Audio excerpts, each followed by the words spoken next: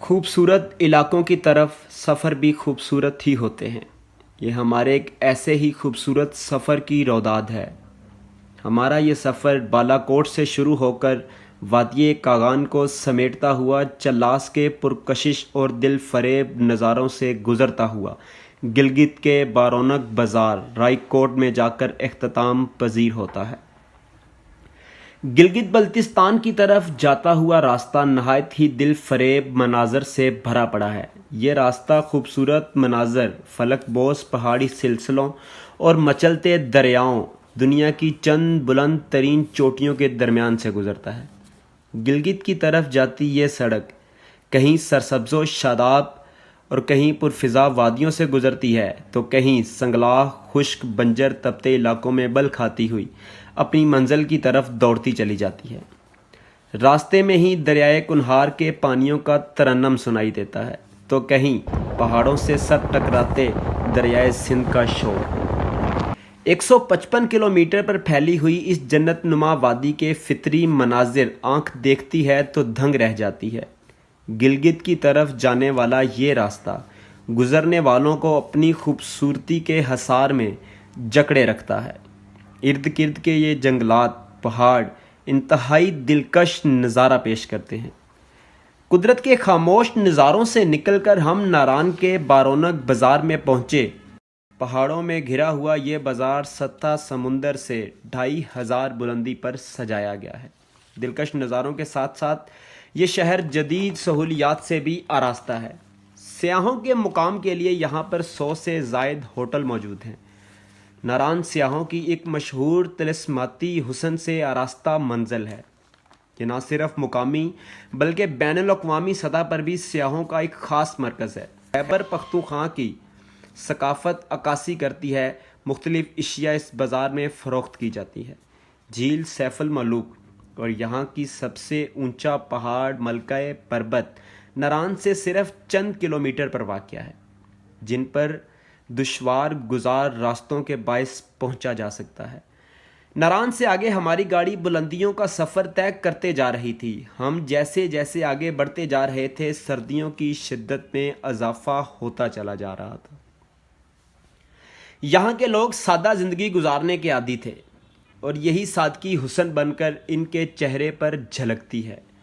पहाड़ों की कूक में पलने वाले ये लोग नहायत ही मेहनती, दिल फरेब और मेहमान नवाज हैं। मुसाफराने शौक़ जब यहाँ से आगे बढ़े तो कुदरत की शान अजीम का एक और शाहपारा हमारी आंखों के सामने था। झील लोलोसर, पहाड़ों के बीचों बीच आसमान के साए तले ये सब्ज़ और नीला पानी देखने वालों की आंख के लिए फितरत का अता करदा हसीन मंजर है।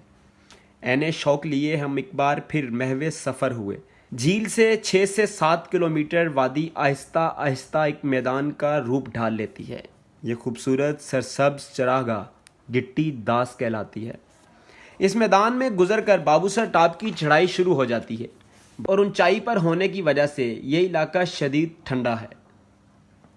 बाबूसर टॉप नारान से तकरीबन 70 किलोमीटर के फासले पर एक तफरीही मुकाम है।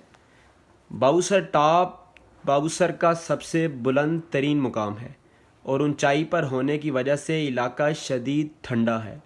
हम सड़क पर आगे की तरफ बढ़े तो सड़क बल खाती गहराई में जाती महसूस हुई।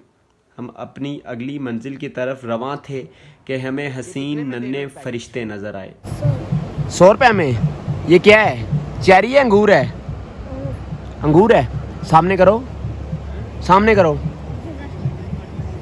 ये 100 रुपये के अंदर पैकेट दे रहे हैं एक जी। छोटे छोटे बच्चे यहाँ पे सेल करने के लिए आए हुए हैं। ये देखिए सेलमैन, छोटे छोटे सेलमैन हैं। देखो कितने खूबसूरत नन्हे फरिश्ते। नन्हे बच्चों से कुछ देर गुफ्तगू करने के बाद हम चलास की तरफ रवाना हो गए।